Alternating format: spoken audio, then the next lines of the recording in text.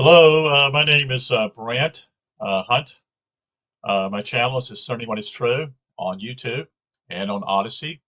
And then I'll also share that information on Facebook later. What I'm going to be doing is the last chapter of the Egyptian miracle, that is, the introduction of the temple. I'm sorry, the introduction of the wisdom of the temple. This is part 2 of the book, and this is chapter 9. Chapter 9's title is called The Mystic Temple. So again, the gentleman who recommended me to read these books was a gentleman named Phil Langdon. I met Phil Langdon abruptly back in September of last year, in 2023. And so he's been very helpful for me to look into certain things and reading and pointing me in certain directions for me to kind of get my feet on the ground, so to speak, and understand deeper things. And the authors he's recommended are, well, first of all, the gentleman who wrote this book, simply R.A., which I call Rene Schwaller, de Lubicz. He's a Frenchman. And he recommended another particular author I have here, which is deals with what I would call the history that took place in the 3rd century.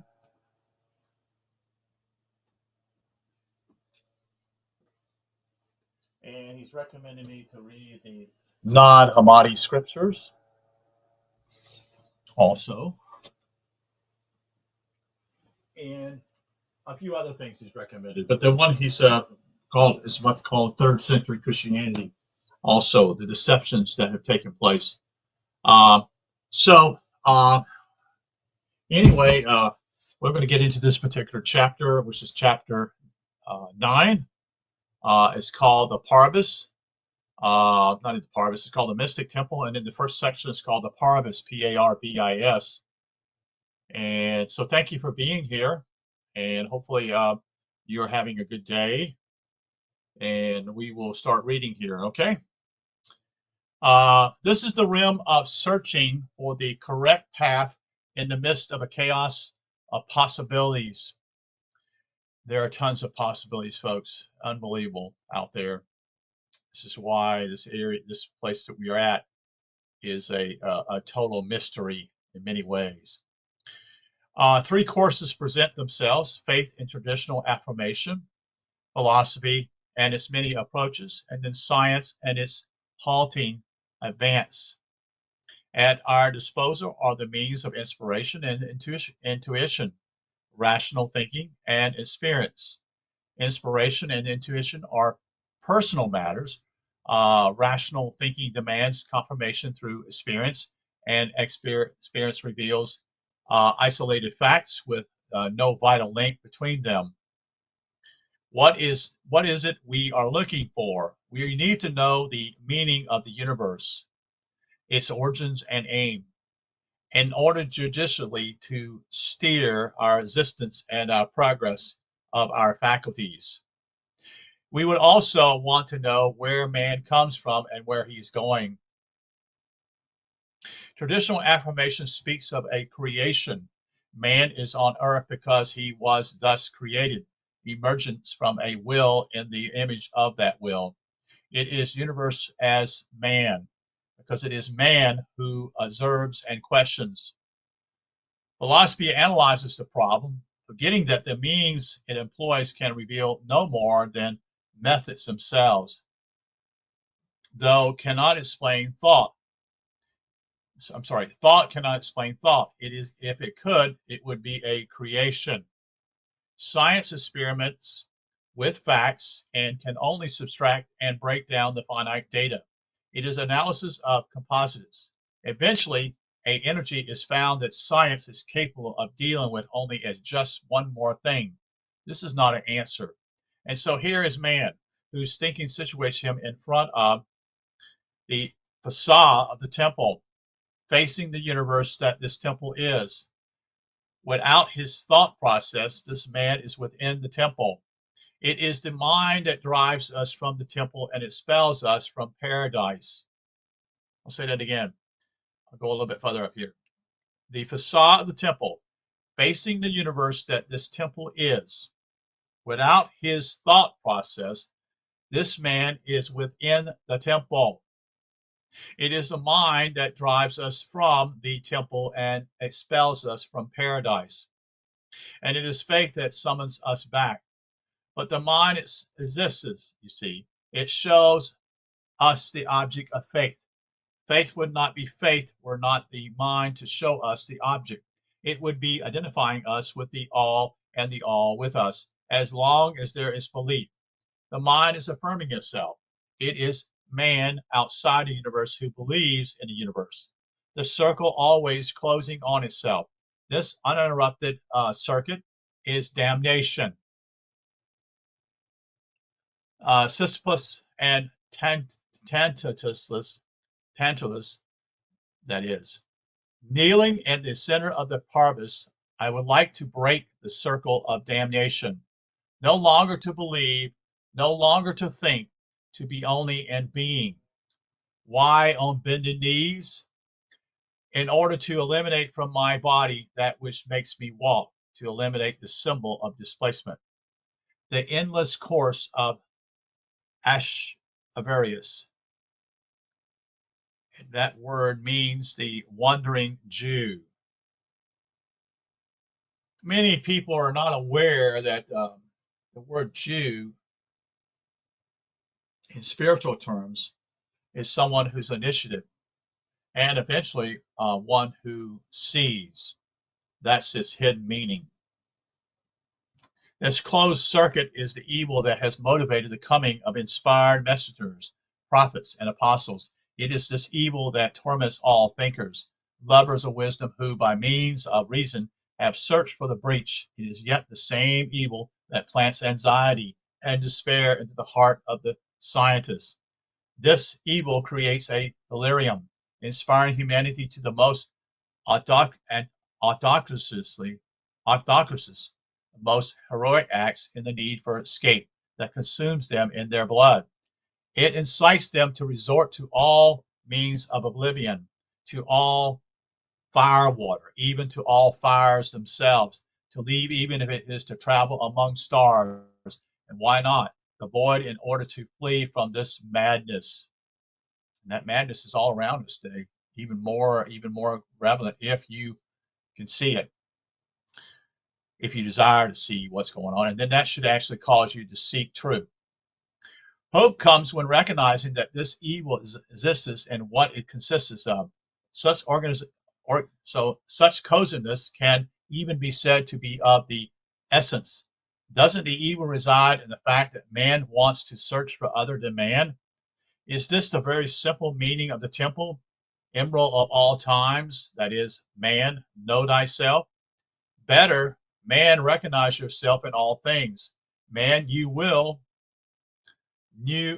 never find other than yourself in the all. With your means, what could you find that was not yourself? Can you be outside of the all?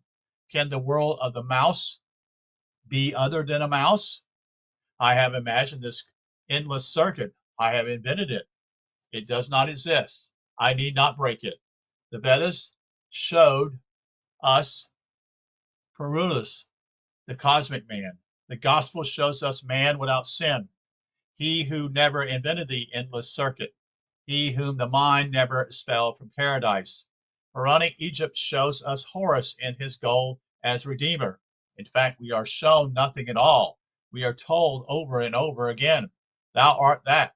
If you do not believe that you are that, then you are but a wretched creature, damned to the torments of an endless circuit that always brings you back to the same problem.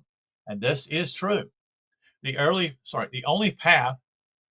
true path is the path of the human sphinx, who poses a question to the blind Oedipus, the ridiculous question that is serious only for the blind in spirit, because by thinking he believes himself a seer. And arrogance will say, it is I. Then who am the world? He has not yet understood how the mind is the evil. If you are the world, what then am I? And I also the world? Two worlds? Quantities of worlds. Man is mankind. One single truth. One man alone. One world, one all. I am not a world. The world is not I. I am not facing the world. There is no separation. Otherwise, I fall back into evil. The sun rises fresh from the east, grows, ages, and dies, cynical in the west. This situates the orientation. I contemplate these things because I am these things. I am born at midnight. I appear with puberty. I grow, age, and die. I situate the orientations. I am not facing what I ascertain. I ascertain because I am that. The evil is in me. It is the evil that suffers. But the human being I am has been stone with the stone. It is today's human being. It will be tomorrow's human being. It will be the end of this appearance for the evil in me, as illusory as appearance itself. We must make no concession to the mind that it is the evil. We must not say what I was before being, because we have never ceased to be what we were. Otherwise, the illusional one, will come in visitation.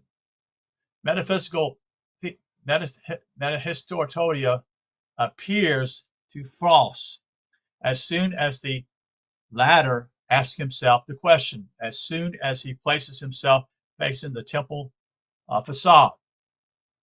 All those have questioning philosophy and the sciences, and we have all been disappointed by dialectics. And this is the fallacy. It is not we, but the evil in us which has been disappointed. We can always put questions and receive no answer. This is unimportant. If the question is absurd, how can the answer be valid? How can we question against what we are? The only valid question is to be within this or that. Then we shall live this or that, and it will be the true answer. If I am not stone with the stone, I do not know the stone. If I am not tree with the tree, I do not know the tree. If I am not the one who is facing me, I do not know him, because it is I who placed him as another I facing me. The powers of identification is in man, because the world is man and can be nothing other than man. The consciousness of this is the temple in man. Second part, called the portal. Here's where history begins, the analysis of the world. I am fire, the fire that is the marriage of heaven and earth, through its roots and partakes of what is below, through its source and what is above. Fire is two, but not twofold. It is the number two, unity multiplying. It is the consciousness of every seed, the foundation of all that maintains itself. Plot within the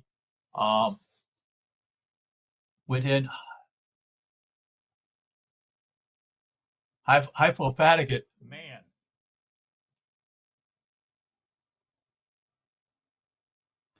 Let's see. This third, the first word is born in the function two. It is the word as logos, not as vocable or as part of speech. It is action. This arcane fire is at the origin and at the end and within everything. It is this which binds all diversities. These things can never be discussed without falling into error, unless kinship between activities can be shown through symbols. The tip of the pyramid, which is in heaven, attracts the fire of the world, as do the thorns of plants and the sharp spine of the agrava, where the evening dragonfly alights to drink of this fire, which is born by a most suitable dew. Like a yearning womb, the furrows in the earth calls this fire-bearing dew ta merit. Two aspects of the fire, which is one aspect as fire and water, the other as water of fire. Two forms of summons, two forms of reply. The very first form of the word is number by itself. One is undemonstrable. Two demonstrates one by the actions of movement. 4 is the orientation of the plane. 8 is the first thing, volume. Thus, with the word of thought, all is said, and the first thing is 8. The universe is purely number because number defines from a neutral point of view the functions of activity. When the one, undemonstrable, indivisible, and unimaginable, and universal. Because 2, there is the sensory perception, the decomposable, the demonstration of 1. If it is then said that the third, which is this demonstration, is fire, man as universe names what he knows to be at the beginning and at the end of all things. A fire that is within all things, within flint, within iron. It is a composite whatsoever, and into the atom, as well as in the heat of the blood and in the fiery pepper. It is always the number 3. Firstborn son to two natures, marriage of heaven and earth. When thought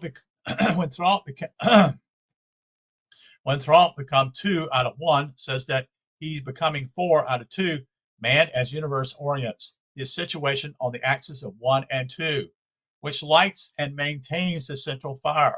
There are 4 directions, and as strange as this may seem to the deluded human, these orientations are fixed and not relative. Midnight is in equilibrium with noon, and morning with evening. Midnight is the mysterious, incomprehensible birth. East is the pubescent appearance of fire. Noon is a brilliant maturity, and west is the death of the senile body. Eupolis of the visible with the invisible. Conception, morning, oriented fire is 2 and 3. 5, noon is the equilibrium of the 2 fires. 6 is evening. Occident is the copulation of 3 with 4, meaning 7. In this manner, the axis with the equator makes 8, which is in one in the thing, in every sensible perception thing, the man as universe volume, through which all volumes have being. 3 colossals of the morning fire stand watch over the combat of nature. 3 colossals of the afternoon fire guard the repose of what has been accomplished, framing the might of the central portal of noon equilibrium in cosmic man, perfected idea in the animated cycle of his form. The deluded human, that is, he who sees with his senses organs and not with the spirit through identification with the functional of numbers, that human sees matter as statistics of these functions. The atom is the battlefield of these forces or potencies, which create space. There are a great number of these atoms in their statistics, which appear as matter, but there is only one of them for the consciousness of the function. Thus, number is the purest and most perfect expression of the esotericism of knowledge. 3 is the essence, the activity, the immortal impulse in everything. Fire is the soul of every figure and form, and the heart of forms in 8. 4 and 5 make the body upon which appearance rests, appearance which is 7. In 6, however, which is light, the live forces find their equilibrium and cancel each other out, becoming container and contents. Number is function and officiates functionality. 3 adapts itself into volume only through the triangle. 4 adapts itself into volume only through the square. Thus, each one is able to adapt itself into volume only through the nature, that is, the neater, that is symbolized. Volume is this north-south axis and 4 orientations, 3 measures and 6 poles, whose symbol is the cube of the neater form. The portal is the key to all measure. It is the site of the fall of the imponable into the ponable, the undetermined into the determined, through the 2 fires, 1 through twice, 3 measures. The narthex. This is section 3 of the chapter. In the conception of the temple, this site has appeared last. In the initiative into the temple, it is the first. Here, Those who received their first teachings who have known how to knock at the door in the name of Hor Thema, the god Sabu of Israel. Here, the immobile starts moving, and the waters of confusion separate discipline from rejected one. Though bold are on the threshold of the temple. Skepticism promotes faith. The light will be born from both. The oppositions of the facts. The projection of the reasoning mind opens hearts through awareness of the incompetency of this deceptive path. The new seers, that is, princes of the future royalty, are gathered together, while those who have avoided the obstacles of this trial are led directly by the exterior path of the walls, some towards the peristyle, the others towards the hypostyle of the covered temple, where they greet the newcomers after the test. The gregarious talker rejoices and is satisfied with words. The disciple must remain silent and act, be it intellectual or practical. His work will show his understanding on the one hand, his knowledge on the other. What has been heard by the intelligence of the heart is placed apart and kept forever. What has only been comprehended by the intelligence of the cerebral cortex calls for another combat through the anomalies. The capacity of emotional reaction allows the fixation of intelligence and memory. Some are emotionally moved only by the form of the thought, others only by the forms discerned by one of the five senses. The sage is moved by all the forms all at once, as I say. His emotions has the active source in the fire of Ra, which through the organic sun manifests him. He who originally fell through pot into earth onto the threshold of the portal, light into darkness. Sabu meaning carries a meaning of combat or struggle here. I want to share that with you also. Fix containing the secret jewel in its blackness, midplot, is the center that must tie the germ above to the root below, a black colossal meditating on the throne of this literature. This is the mind of metals. It is also the concept that speaks to the heart as well as to the brain. Then the reprobate begins the trial by water. Will he be able to draw from the heart's expansion the vivifying air charged with spirit? Will he know how to grow as a living plant? Section 4, the naves, Nave, the body.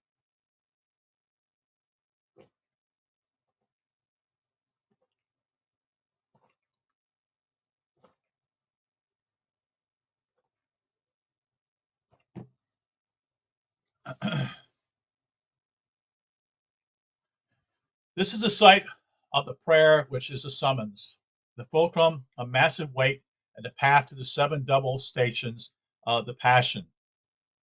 To believe and to doubt, to rise and to descend, light of intellect and shadow of comprehensive, joy of liberation and sadness of the bodily prison, hopes of mystic marriage and despair of mortal love. As noted by the black man in Nicholas Flamanel fresco, that is, quote, God is much pleased by a procession, provided it be conducted with devotion, end quote. The bark of Avon, like the ark of the waters of Nun, carries along everything that lives and rejects into the flood all that is dead, in order to save what would be mortal within bodily constriction. Aman is in his bark floats on the waters 7 times, carrying the breath of life in the eternal tabernacle, the divine nails. He floats down, Hapi, Hapi, and floats up again on this Nile of celestial waters and earthly abysses. 7 colors, 7 tones, 7 heavens, 7 attitudes of the mind, 7 columns of light, and 7 columns of shadow.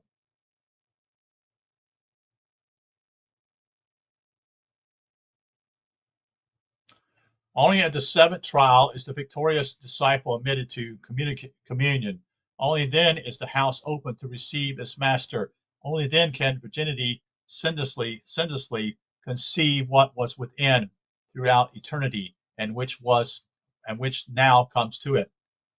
A nullification of the first estes. The new door, the third, herewith manifests the significance of the two first doors. There is the door by means of which one enters the house, and there is the door by means of which one leaves. And the house is to the container that gives form, as a vase gives form to water. The house capitates, detains, and constrains. Holiness is being able to leave it, free of all constraint, but wealthy in knowledge of form. Part 5 here now, again in the last chapter, being chapter 9. The peristyle, transept, and womb. What has been consumed must gestate. The perinoeum envelopes the site of gestation, the new death and the new but glorious birth. It is the last purifying death, the 8th month, preparing the new birth, which will no longer occur towards below, but towards above. Above is the tendency towards the source, towards what is at the same time is container and contain spiritual air. The disciple who has already caught a glimpse of the light must now suffer the wasteland of this light. It is his last but terrible prison and the great fast, for he must nourish himself from himself and within himself. Light, L-I-G-H-T, without shadow, the light that consumes all. He must know that the Dam is the one who can best pray. He has wanted the light, and he admits having lost the one who within him wanted it. It is now necessary to be light, otherwise it will be irremediable, and definitely fall into what is in the face of what is not, into what is heavy in the face of what is light, into him who only perceives, into him who still prays.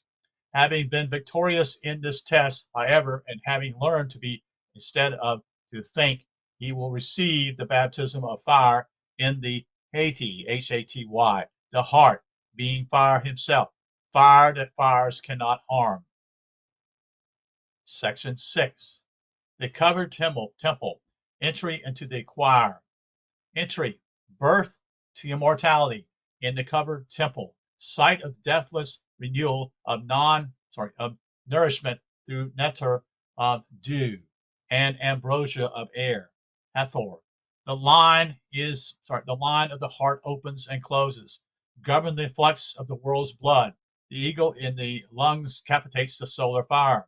The baptism of fire is given with the oil found in the house of the sage, says the Proverbs. Out of the ordinary man, unctions makes the king of men, who alone has the right to penetrate into the temple, covered by the celestial vault.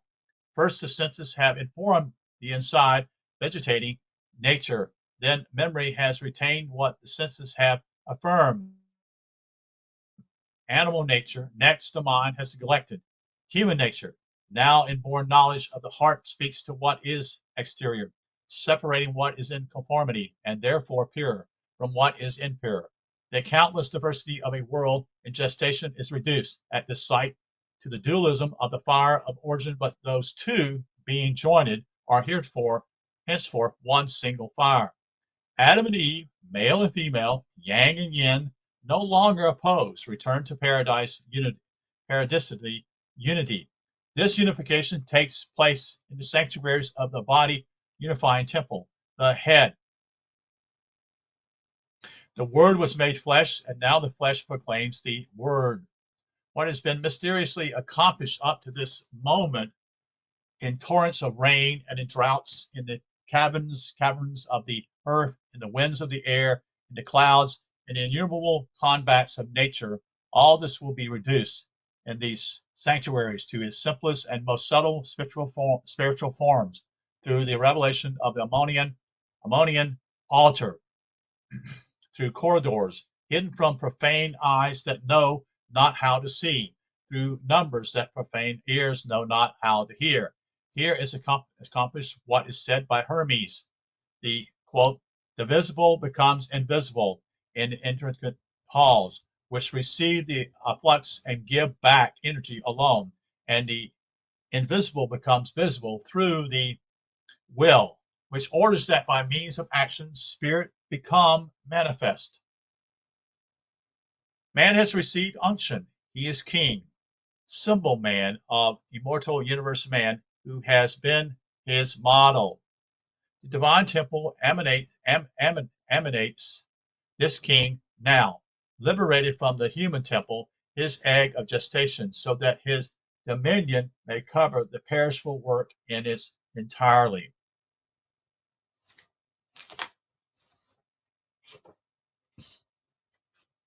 The next section is section 7.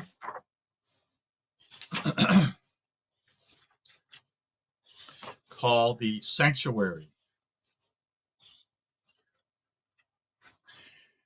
The sword broken in duality during its combat with sovereignty unity has been brought back to primordial unity in order to triumph over Seth and all his monsters. The human has suffered all trials, awakening the divine breath, which is immortal man, and which has forever been his life. The human was the image of man, living an indivisible spirit inside the sanctuary. Man whom the human only mimic. The sacrificial altar is the conjunction site of Ammon, spiritual water with the active odor of the god, the formation of the word through the 5 angles of the perfect face, the Arthurian pentagon. The 5 voices leave and enter, thus producing the 5 intelligence.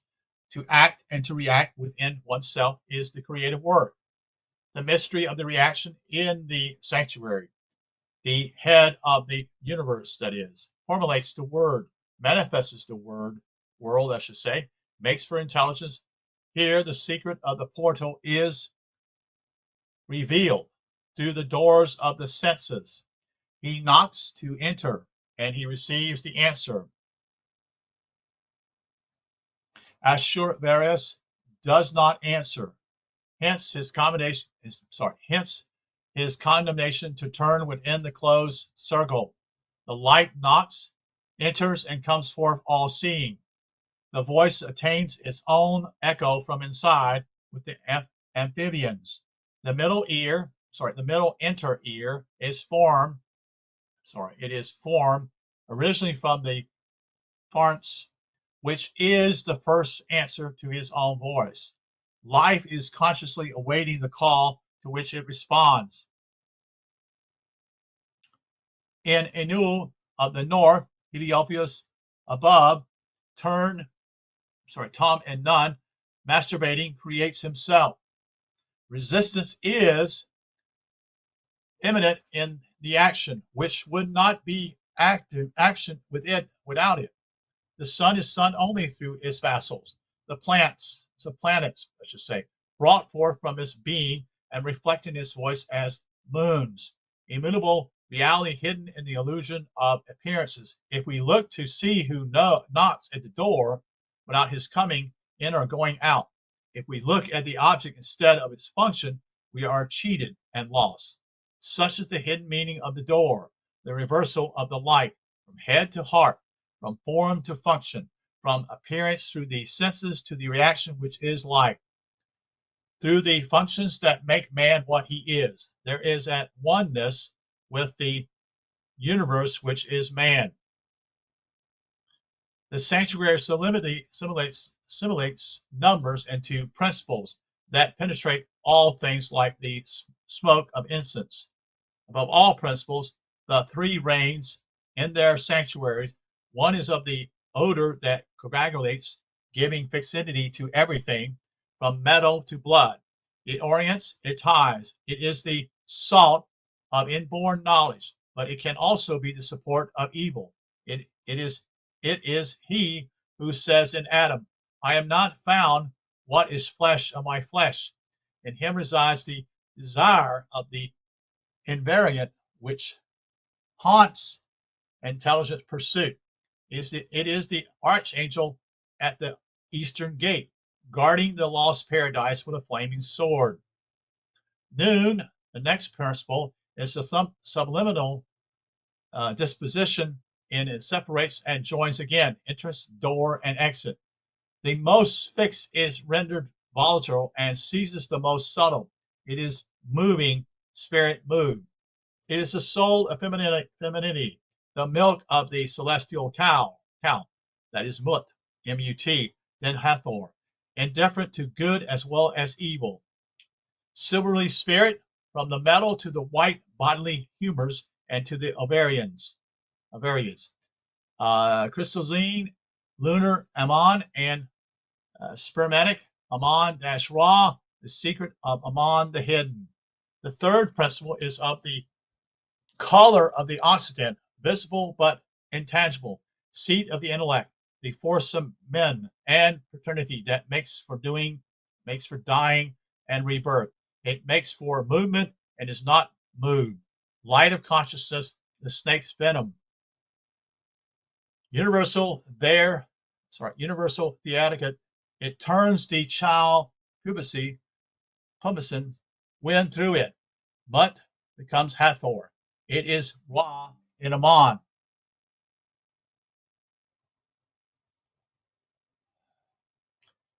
When at the hour of day depths into night, the glorious resurrection of midnight is conceived.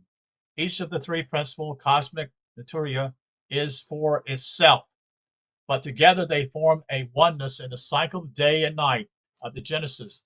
They are a oneness when at the crossroads of the cosmic farts, the voice of the odd dog has bounded them.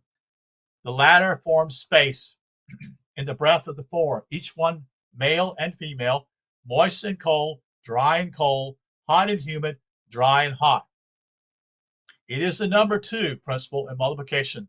The head of cosmic man is the holy site where the principles reign, just as in the human head as image, the forms of thought reign. Here, the body needs and the heart desires turn to will. The imperative of the natures and the sanctius of wills is the will to negate illusion in favor of the cosmic reality of the natures' desires.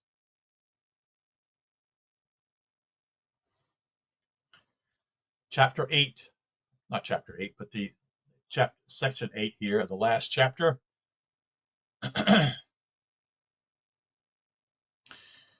This is entitled called APSE, Astromenos Ros. Easy for me to say. I'll say it again. It's spelled ESTRAMUROS. Astromucros. Severance of the Caveria belonging to man beyond the temple. Summit of the human. St. Paul. Heaven fell face against earth. Thorn crown. Ek homo. Helmet in iron. He who will have risen, turn about to face heaven.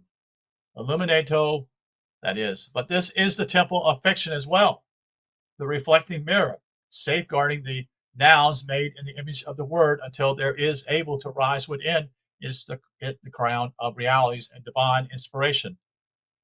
Fontaine of the entrance of life and of its existence at the death of the body. May this life be seized as halo of the red crown and white, or white and red. Aurea of man, consciousness freed from the dungeons of forms. This is the site of supreme sublimation, end of transitive forms, where spirit is body after all its tribulations. But is the skeptic not told? Blessed are they that have not seen and yet have believed. And so that's the conclusion of the particular book here called The Egyptian Miracle. So thank you for being here today.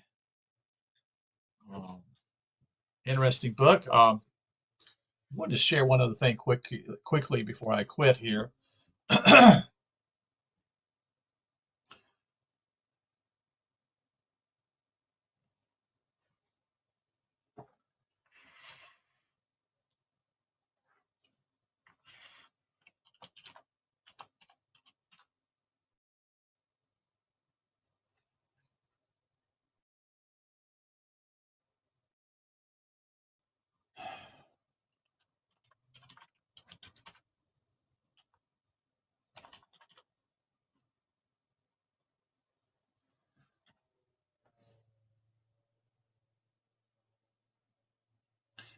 So I wanted to share the books that this gentleman wrote. So I'm going to try to share these with. I have already shared with the audience on my um, YouTube channel, and I'm going to share these books that I've read 3 of them. So so he's written a book called The Temples of Karnak. I have not read that one yet. Okay. He's written a book called Masonic and Egyptian Rituals, Mer Niffer, which is written by him, and I have not read that one. So there's 2 books I have not read so far. The Temple of Man I have read. Um, the Egyptian Miracle I have read. And the other book I have read is I want to say Science and something.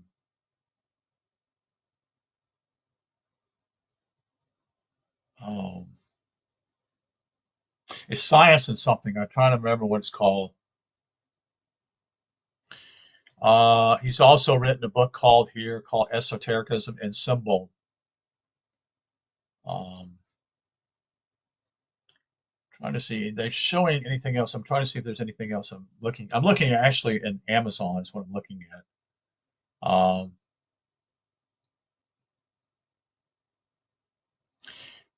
He's written different books. He's one on world history, mysticism, European history. I didn't know that. Spirituality and occult and paranormal. So he's written more in these books. I'm just trying to see the Temple of Man, which I've already talked about.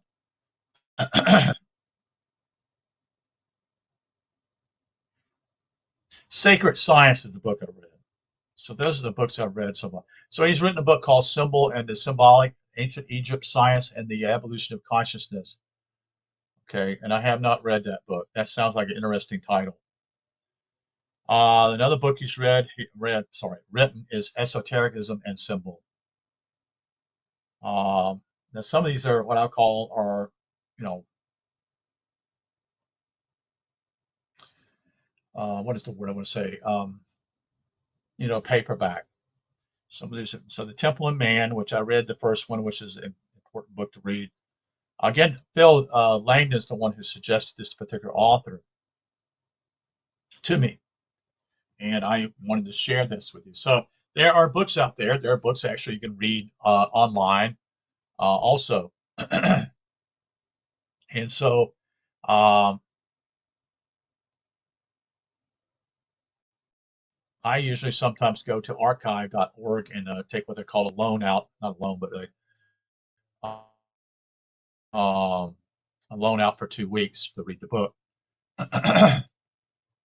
His wife wrote other books, which was, I don't know if it entails that here in this chapter, I mean, this book. I don't think it does. His other book did, and unfortunately, it did not write those down. The company wrote these books for him. Let's see if I can find it here. It's a company out of Rochester, Vermont. Yeah, it's called Inter Traditions International at 1 Park Street. This was printed in 1985, this particular book. So this naturally, it was copyright in 1963. Uh, we didn't get an English translation of this book until 1985. Okay, I'll tell you something right there.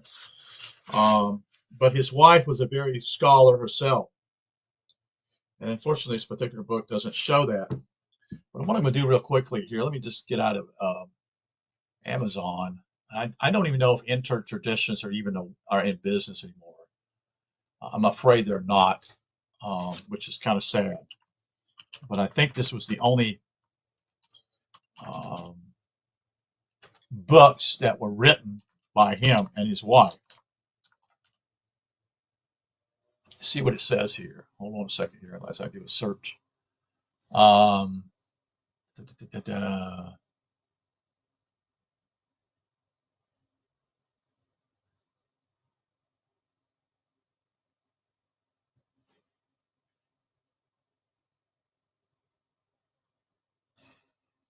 Let's see, I'm putting it up here. See what it shows. Come on now.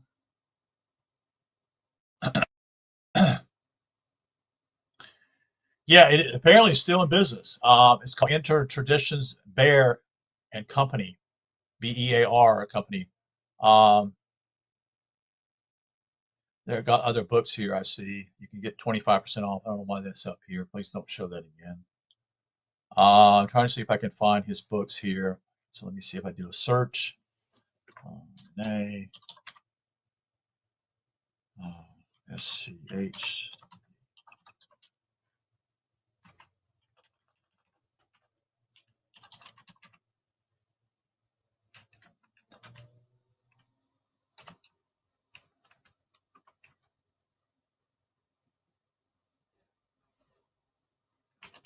Bear with me. So I'm going to see if they do. Here we go.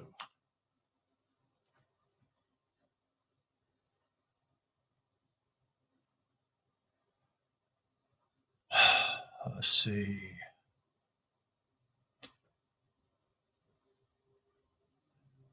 Okay, so the Temples of Karnak is one of the books, like I said, and these are, that book is out. That's a pretty expensive book. It's 100, shows for $87.50. The Egyptian Miracle is still there. You can get it for $18.95. Sacred Science, which is the one I have done, it's $19.95. So these are reasonable prices there.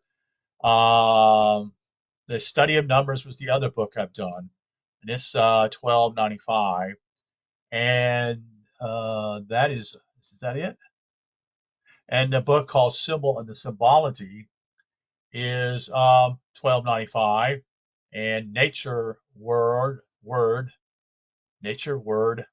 is also $14.95. Then his wife wrote these books. His wife was Isha, Isha, Schwaller, called Herbak, HER-BAK, Egyptian Initiative. She also wrote a book called Journey into the Light. And then she wrote, is this the same book? No, it's the same title, Herbak, but it's called The Living Face of Ancient Egypt. So it shows her writing, looks like 3 books here, and they're still available as far as I can tell.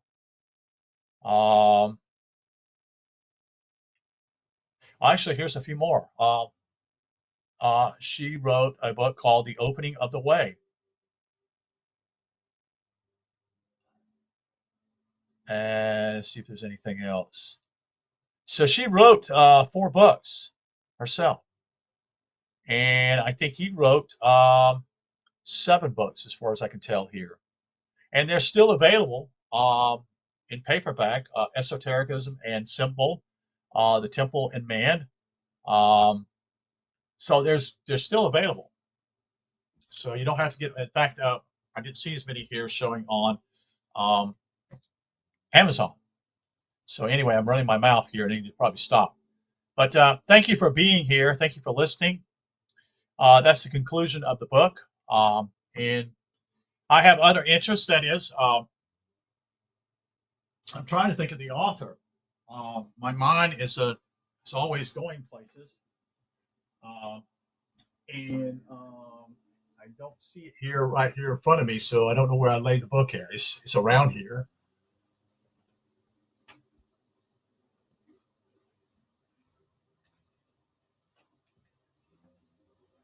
But not where I want it. So anyway, thank you for being here again. I wish you a good day, and we'll talk again soon. Oh, by the way, if anyone has any interest, Phil Langdon has his own site, YouTube channel. I would encourage you to look into his site. He's done videos himself and explains what's happened to him. Nearly now, I think it's been 9 years since he's had his ascension that took place. And so that was in December of last year. It was 9 years. So it's a little over 9 years that's happened to him when he was, I think he was 42 or 43 years old in Cambodia. Okay. If you need more information, just ask me up here and I'll try to give you the information again. Thank you. You guys have a good evening. Take care. Talk to you later.